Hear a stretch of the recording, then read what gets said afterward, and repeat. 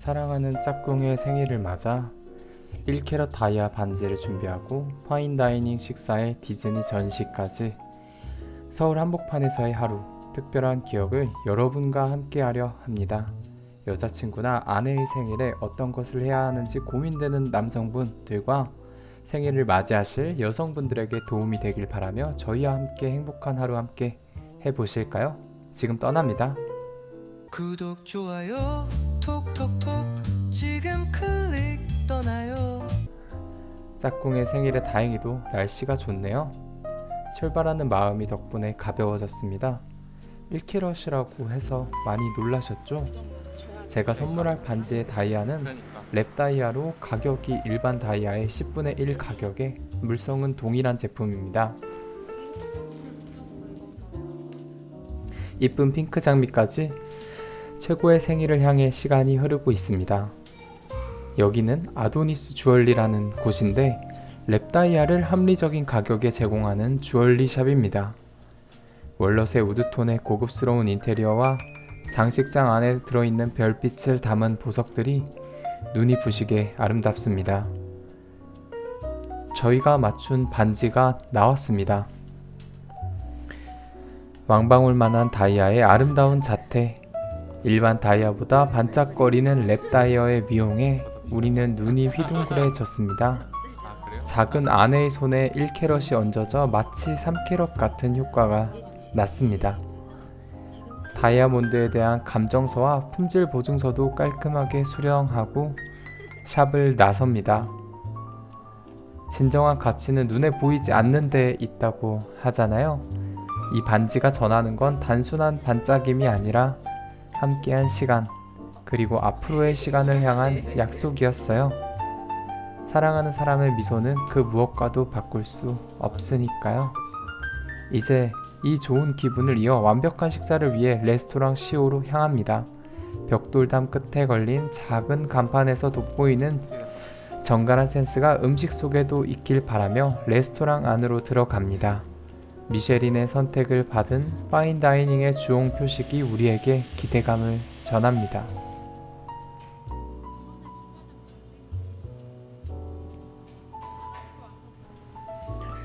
실내는 전체적으로 화이트와 우드톤을 중심으로 한 미니멀한 컬러 팔레트로 꾸며져 있습니다. 공간 전체에 은은한 앰비언트 음악이 깔리며 기대감을 돋굽니다. 시오의 뜻은 요리의 가장 기본이 되는 재료 소금을 뜻하는 시오와 이탈리아어로 인류 최고의 의미를 담은 시오를 더하여 시오로 탄생되었다고 합니다. 일식과 이탈리안, 프렌치, 그리고 한국의 느낌까지 잘 살린 요리가 특징인 곳입니다. 창밖의 자연광이 실내로 스며들며 음식과 자연의 연결감을 은은하게 불어넣을 것 같습니다.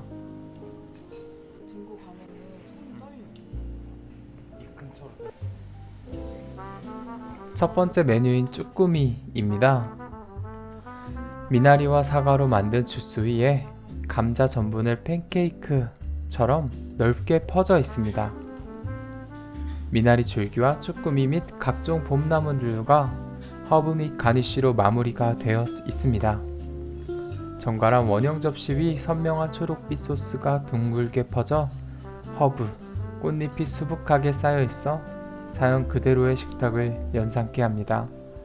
쭈꾸미 특유의 쫄깃한 식감이 살아있으며 허브와 꽃의 향긋함이 곁들여져 바다와 초원이 공존하는 듯한 느낌, 풋내 없이 깔끔하고 신선합니다.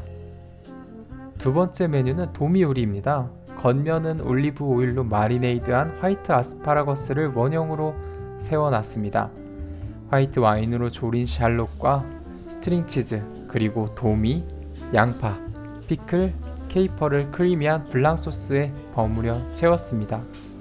마지막으로는 코코넛 향의 거품을 올려 산뜻한 향과 식감으로 우리를 놀랍게 합니다. 흰 꽃송이처럼 생긴 아스파라거스 구조물 위에 보송보송한 거품이 얹혀 있고 보랏빛 미세한 꽃들이 포인트를 더하네요. 화이트 아스파라거스의 부드럽고 고소한 풍미에 도미의 부드럽고 깨끗한 식감이 어우러집니다. 전체적으로 매우 은은하고 정제된 맛으로 입안이 조용해지는 경험을 할 수 있습니다.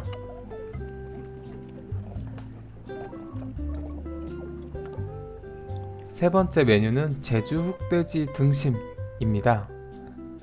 두툼하게 썰린 흑돼지 등심은 촉촉한 핑크빛을 유지하고 있으며 윗부분엔 나물류가 가득, 옆에 감자 요리는 정밀한 정사각형의 색색의 퓨레가 곁들여져 예술작품처럼 보입니다. 고기는 지방이 녹아내릴 듯 부드럽고 육즙이 풍부하며 표면은 바삭하게 마감되어 텍스처의 대비가 돋보입니다. 나물과의 조합이 의외로 풍성한 향을 만듭니다. 옆에 가지런히 놓인 각종의 퓨레가 다양한 맛과 기분 좋은 불균일함을 선사하며 입안에서 잔치가 열립니다.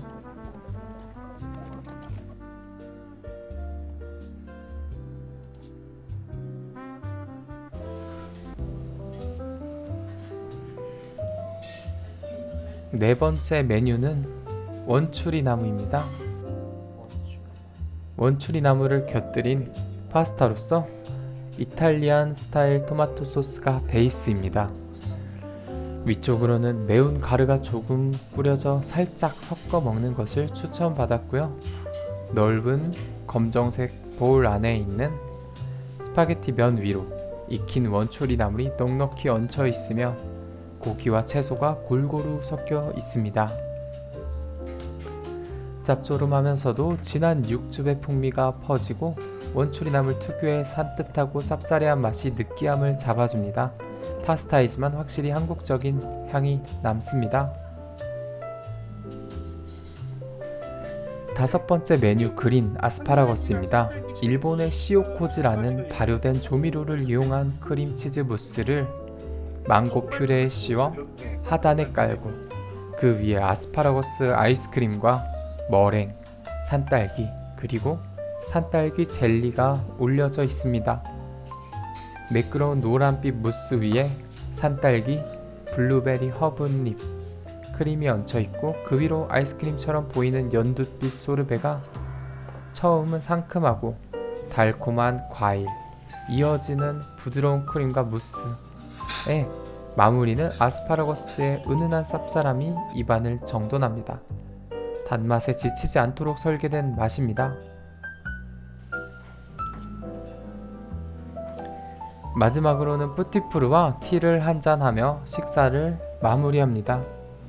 뿌티푸르는 쑥과 슬라이스 아몬드 쿠키와 우엉이 들어간 휘낭시에로 준비가 되었습니다.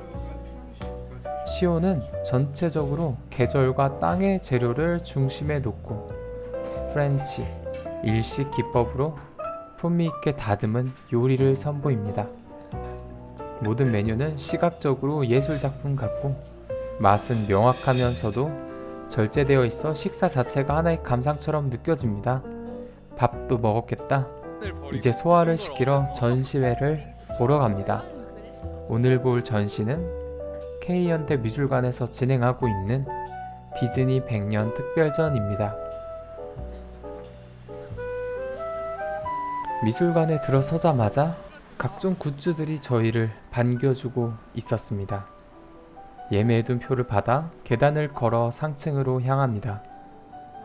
가장 꼭대기층에서 내려가며 구경을 하는 구조로 되어 있습니다. 측면의 사이니지를 통해 디즈니 레전드 작품들을 볼 수 있습니다. 어두운 공간에서 전시의 시작과 함께 디즈니 회사의 역사와 업적이 프로젝터를 통해 우리들에게 전달됩니다.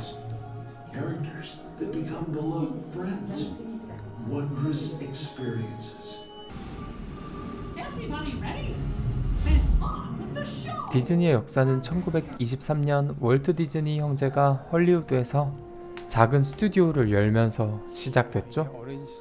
처음엔 흑백 애니메이션 오스왈드로 시작해 결국 미키마우스라는 기념비적인 캐릭터로 세계의 아이콘이 되었어요. 디즈니의 애니메이션 밤비는 전쟁 시기에도 상영되었다는 사실이 인상 깊었어요. 전 세계 아이들에게 잠시의 피난처가 되어주었던 디즈니. 상상력은 삶의 고통을 잠시 잊게 만드는 힘이라는 말이 실감이 났습니다. 애니메이션을 만들기 위해 직접 작가들이 그렸던 콘티들과 실사화된 영화의 소품들이 전시되어 있습니다. 직접 작가들이 손으로 그린 콘티, 애니메이션 소품, 실사화 영화의 소품들까지 마치 어린 시절 비오는 날 이불 속에서 보던 디즈니 영화가 그대로 눈앞에 펼쳐지는 듯 했어요. 문득 오래전 텔레비전 앞에서 쪼그려 앉아 만화를 보던 어린 내가 떠올랐어요. 지친 하루의 끝에서 우리를 웃게 해주고 혼자라는 생각이 들 때면 조용히 옆에 있어준 디즈니. 어른이 된 지금 세상은 더 복잡해졌지만 그때 느꼈던 따뜻한 감정은 아직 마음 어딘가에 살아있었나 봐요. 디즈니의 마법은 결국 시간을 지나 다시 나를 껴안아주는 기억의 선물이었어요.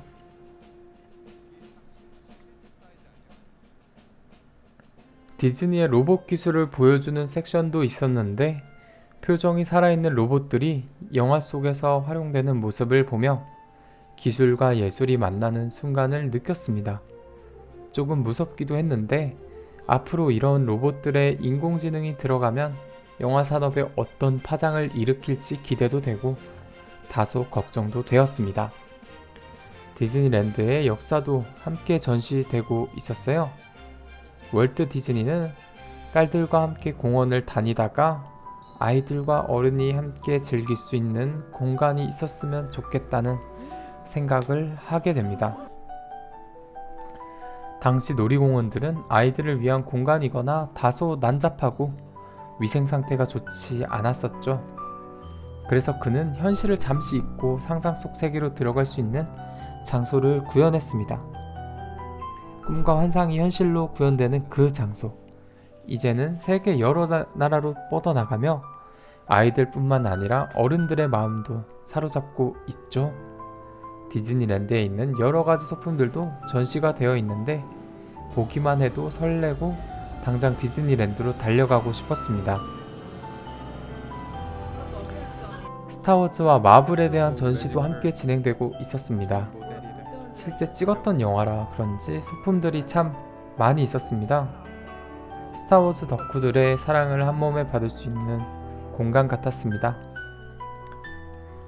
제가 좋아하는 마블의 여러 가지 소품들도 직접 눈으로 볼 수 있어 영광이었습니다. 라스트 제다이 에피소드 8. 엔드게임 이후로는 큰 관심을 가지지 않았지만 한때 마음속 레전드였습니다.